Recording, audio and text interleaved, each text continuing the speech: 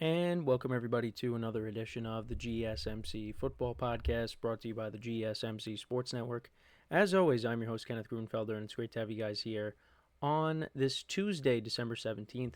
We have a lot to talk about on the show today. Before I get into that, just want to remind you guys, as always, tip or donate, get your comments recognized. Make sure to hit that super chat button in the chat if you want to see me acknowledge any thought or comment you may have throughout the live broadcast. Makes the show more lively, more entertaining between myself, the host, and you guys, the viewers. We appreciate your guys' viewership each and every day, so any contribution you can make to the show means the world to us as we put out content for you guys each and every day. And also, the other way to help out the show is by going to the link at the bottom of the show segment on the ticker, GSMCPodcast.net. That is GSMCPodcast.net. So, let's get into what we are going to discuss for today. So, we're going to start off the show. We are going to recap both Monday night games from last night, the Vikings and the Bears, and the Falcons and the Raiders. Then in the second part of the show, we'll talk about some news that broke that supposedly Bill Belichick and his camp, they reached out to the Jets regarding their head coaching position. And we'll talk about that and, how that unfolded. Because this happened before Belichick took the North Carolina job. So we'll talk about that. Then in the third part of the show, we'll talk more about the Patrick Mahomes injury news. So he does have a high ankle sprain, so we'll talk about whether he's going to play on Saturday or not when the Chiefs take on the Texans. Then we will also talk about injury news regarding the Lions, as it looks like David Montgomery, one of their star running backs, is out for the season now with a knee injury. And the injuries are really piling up for the Lions, so we'll get into that. And then in the final part of the show, we'll talk about the Buccaneers and their win over the Chargers. As, right now, the way they're playing, they could be repeating as NFC South champs. But we still got some time left. So let's get into the first topic, which is recapping both games from last night. So we'll start off with the Vikings and the Bears. And I did say going into this game that I thought the Bears would play a little bit better than they did last week against the 49ers, because that was a horrible performance by especially their defense too. But and they did to an extent. I mean, Sam Darnold, did make plays, of course, but didn't have as big of a game as he did last week. But it still didn't matter. The Vikings ended up winning 30-12 in this game. The Bears got shut out in the first half. I feel like that happens a lot. The Bears just don't do anything in the first half, and then in the second half they wake up a little bit. But yeah, the Vikings were pretty much in full control of this game. And like I said, Darnold didn't have to be spectacular yesterday. He did throw an interception in this game, but he did finish on the day 24 of 40 for 231 yards, a touchdown and a pick, like I said. Aaron Jones had a good game, 86 yards on the ground and a touchdown. Cam Akers also had a touchdown. Justin Jefferson, 7 receptions for 73 yards and a touchdown. Jordan Addison had 7 for 63. Jefferson actually had a drop earlier in the game where, should have caught that, but it happens. And then T.J. Hawkinson also 5 receptions for 52 yards. And then for the Vikings defense, they had 2 sacks on the day of Caleb Williams. And for Caleb Williams, 18 of 31, 191 yards, a touchdown, no interceptions. DeAndre Swift had 79 yards on the ground. D.J.Moore had 24 yards. They were using him in the backfield early on in this game. Keenan Allen finished as their leading receiver, 6 receptions for 82 yards and a touchdown. D.J.Moore had 8 for 46. Rome Odunze 2 for 39. Caleb Williams did lose a fumble early on in this game. Yeah, that was in the first half. Bears defense, 2 sacks of Darnold as well. But Caleb Williams was taking more hits last night. And also, at one point during the broadcast, they panned to him on the bench. And, Troy Aikman was talking about how, all this punishment that he's taking and the way the Bears offense has looked at times this year, you worry about the confidence level of your young quarterback. And, look, this is Caleb Williams' first year. And, they said this is uncharted territory for him, because the Bears right now, they are 4-10 on the season, and I thought that this team was going to be a little bit better. Now, they lost a lot of one-score games between their 3 divisional opponents, and then you also had the Hail Mary at the end of the Commanders game. So, you wonder what would have happened if, and they did mention this too on the broadcast, what would have happened if they did win against Washington? Would the season have unraveled the way it did? Who knows? But Troy Aikman does bring up a good point, but I do think that Caleb Williams and this Bears team, if they keep all their skill position players together, which they will for the most part, you still got the defense, which has talent. If you can bring in the right head coach, this Bears team is going to be good next year. I really do believe that. The problem is they play in a very tough division, the toughest division in football right now. And there's uncertainty as to who they're going to bring in.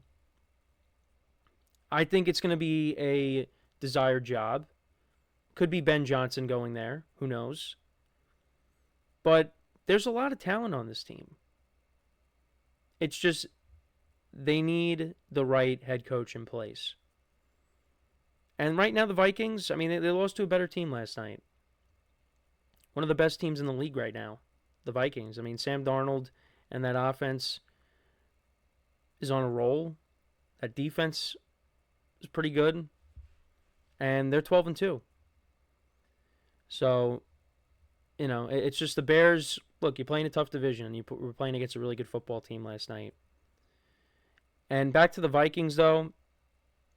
So, yeah, they're 12-2. They're tied with the Lions. And we're going to talk about the Lions a little later in the show, but the Lions got to be careful, because the Vikings are now tied with them.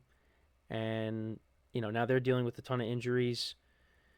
So, it's going to be a very interesting final few weeks here. But they pick up the win, and let's see how these final 3 weeks shape out for them. So now let's get to the other game, Falcons-Raiders. Not very entertaining.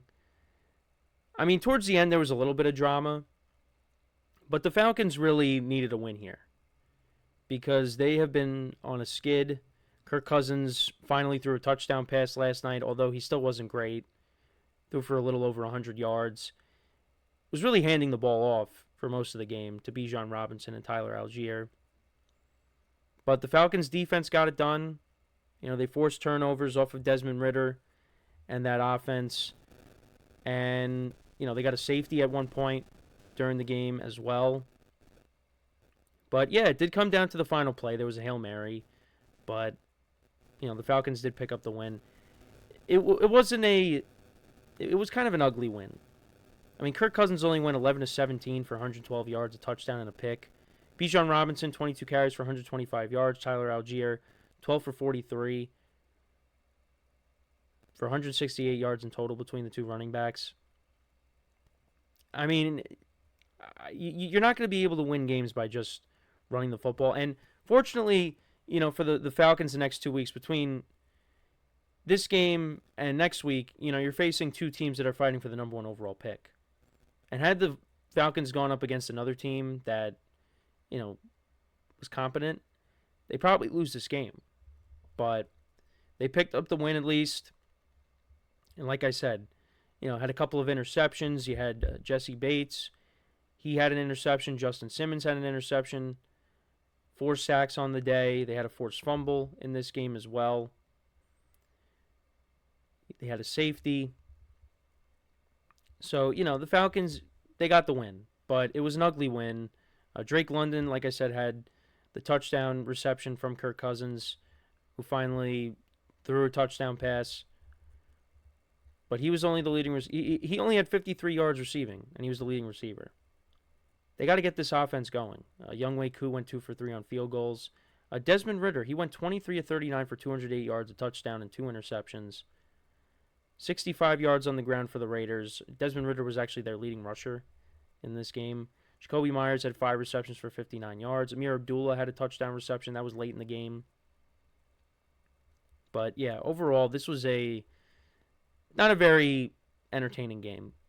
And, for the Falcons, you keep pace with the Buccaneers. You're still a game behind them.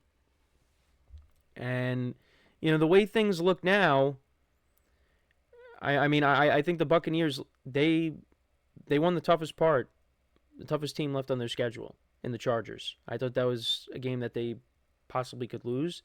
Now, these final 3 weeks of the season, you got the Cowboys, and then they also have the Panthers and the Saints left. And those are both home games. So I like the Buccaneers' chances right now. For the Falcons, just got to keep winning games. And even at the end of this game, Laura Rutledge was interviewing Kirk Cousins, and he said the win wasn't pretty, and that they left some points out there.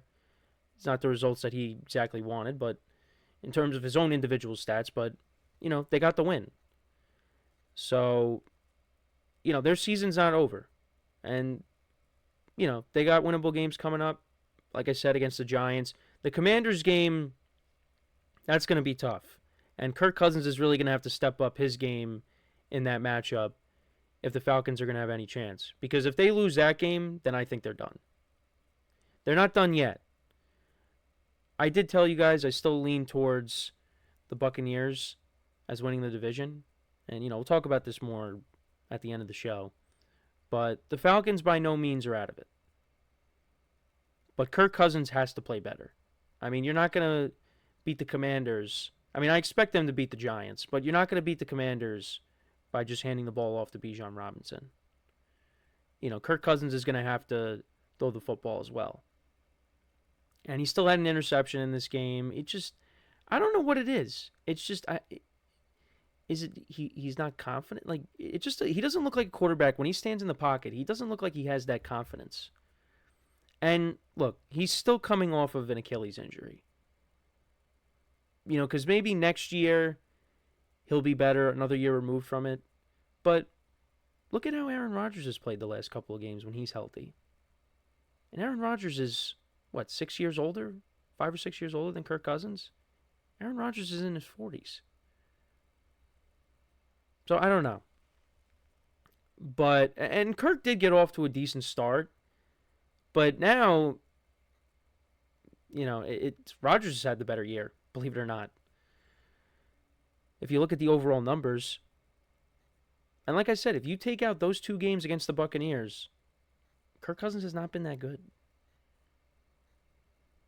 So, I don't know. We'll see how these final 3 games play out, but the Falcons pick up a win, the Vikings pick up a win. Let me know what you guys think about these games from last night. What were your takeaways from them?